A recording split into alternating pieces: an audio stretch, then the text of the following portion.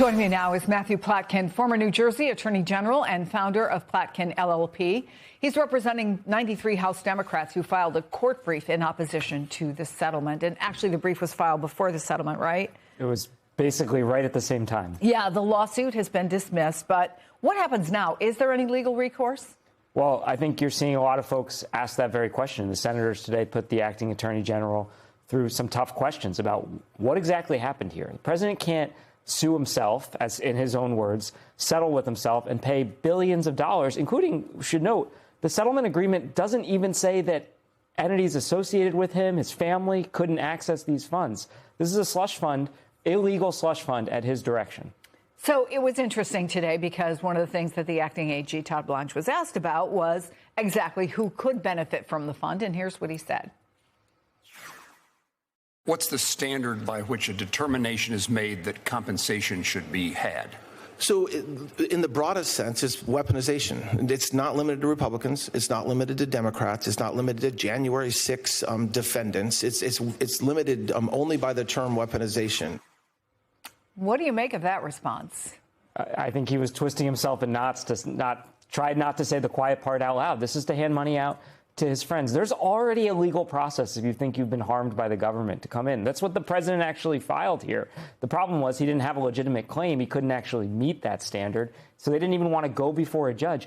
I have never seen, no one has ever seen, a president sue himself before the case was even presented to a judge, before the Department of Justice even entered a notice of appearance. He settles the case with himself for $2 billion.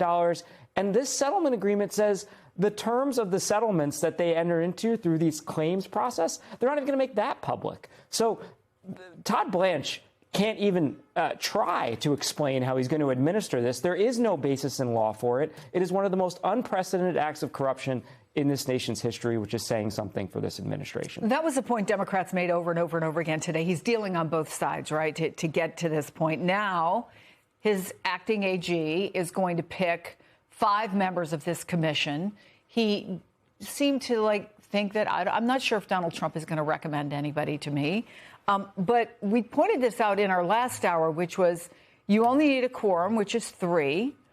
And that means only 2 people could essentially vote yes to decide who gets chunks of nearly $2 billion. As some of the details start to come out and maybe some of the specifics start to lay in place, could that give more fodder for potential legal action? Absolutely. And I think there are a number of folks, including potentially Congress, who are looking at this and private individuals who could come forward and bring claims. And again, Todd Blanche is the same acting attorney general, said at his first press conference that he loves Donald Trump and that Americans should be happy that Donald Trump is directing the Department of Justice. So we know how this is going to work. We've seen it since day one of this administration. And we also know that courts have stepped in for a year and a half now when this administration has abused the law. And frankly, I think as we laid out on behalf, very proud to represent 93 members of the House of Representatives, they made quite clear what the president did with this lawsuit was illegal.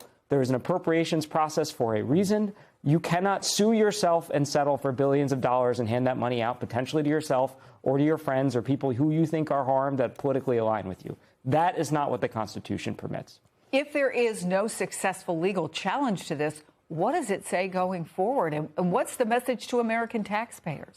That's exactly the main point here. This is taxpayer money, as was said by the senators this morning. This isn't coming out of nowhere. This is your money. At a time when we're supposedly concerned about your affordability, we're spending billions of your dollars to enrich potentially the president or his associates. Matthew Platkin, I'm sure we'll be keeping in touch and see how this all unfolds. But thank you for coming in today. Much appreciated. Thank you for having me.